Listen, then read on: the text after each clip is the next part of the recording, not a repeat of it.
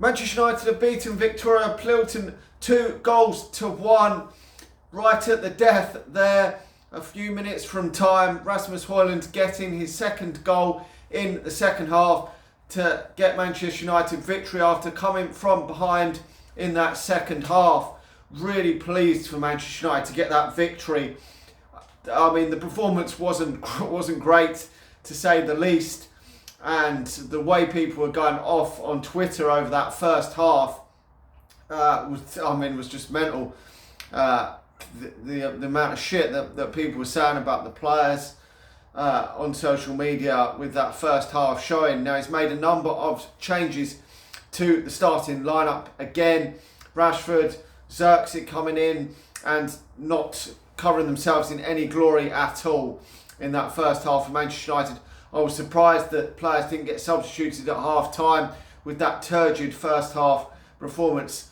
I know some people do like to overreact and say it was the worst performance they've seen in the first half from Manchester United for decades. But we've had so many shit performances under Erik ten Hag, so I'm not too sure that was up there with them. But it wasn't great from a first half showing. But it is Manchester United at this moment in time. I personally still think that this geezer is making too many changes. I'm hoping that over the next few weeks he'll calm down and maybe only make sort of 1 or 2 per game rather than the 5 or 6 that we're seeing most games. Because I don't think you're going to get any consistency if you rotate your side every single game. I think in the coming weeks we need to go with a more stronger lineup, and you can see it doesn't take anyone. A blind man can tell that some of these players shouldn't be starting games for Manchester United. It's obvious the players that should be starting to me, or a majority of them anyway, over other players. And when the second half started and Vydra scored that goal early in the first half, I really did fear for the worst. I mean, what the fuck? Onana again at fault with his kick in there, dreadful.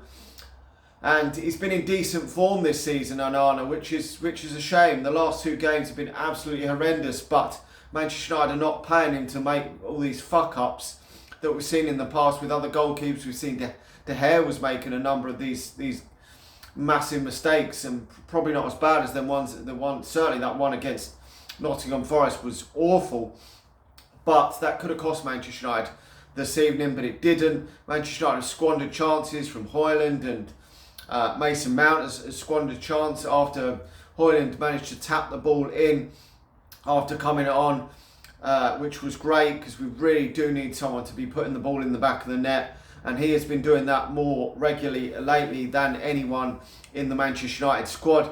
He is, if you would put your money on any Manchester United player scoring a goal, you would probably say it's Rasmus Hojlund for Manchester United, and hopefully he can kick on. It is only the Europa League. Viktoria Plzen, or however you pronounce it, aren't the best of sides in the Europa League or in Europe. So it is what it is, but he managed to get that second goal late on. It was 88th minute, was it, when it went in, and Manchester United managed to hang on. We could have killed the game off. Garnacho wasteful in the dying minutes, but it is what it is. I was pleased though to see when he finally did bring obviously Garnacho on. I know he's getting a lot of stick at this moment in time because he can always nick himself a goal, and he has nicked a few goals recently. I thought it was good to finally get him on. The only good thing is with this manager, he's making the substitutions fairly early for Manchester United. So if it's not working, then and we're playing shit like we were, he's not afraid to make 2 or 3 substitutions pretty damn quick. But my only concern with that is if you're having to make substitutions multiple times to get you back in games, has the team lineup that you put out worked in the first place? Have you made mistakes in that lineup? But hopefully he's going to learn from any mistakes he makes in these opening weeks, because it is a learning curve for the manager to see who he can rely on and who he can't rely on. Because although we see it on the telly, a lot of these players, we're saying how shit they are. I mean, even Diogo Dalot, what's happened to that fucker this season? Rashford, Xerxes, a number of these fuckers have been really poor for Manchester United most of the season. But obviously when he gets them on the training ground, he wants to watch them, see their attitude, see how they train and one thing or another before making a decision himself. So that is it. One concern I do have for Manchester United is what the fuck has happened to Christian Eriksen. Was probably Manchester United's best player earlier in the season, and he's just been ghosted from Ruben Amorim's team at this moment in time. And I personally would think he's a better option than some of the players that are getting game time. That's my only opinion. But anyway, I'm delighted for Manchester United to get the win.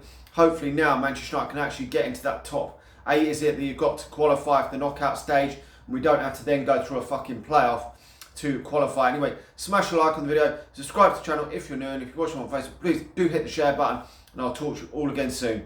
See ya.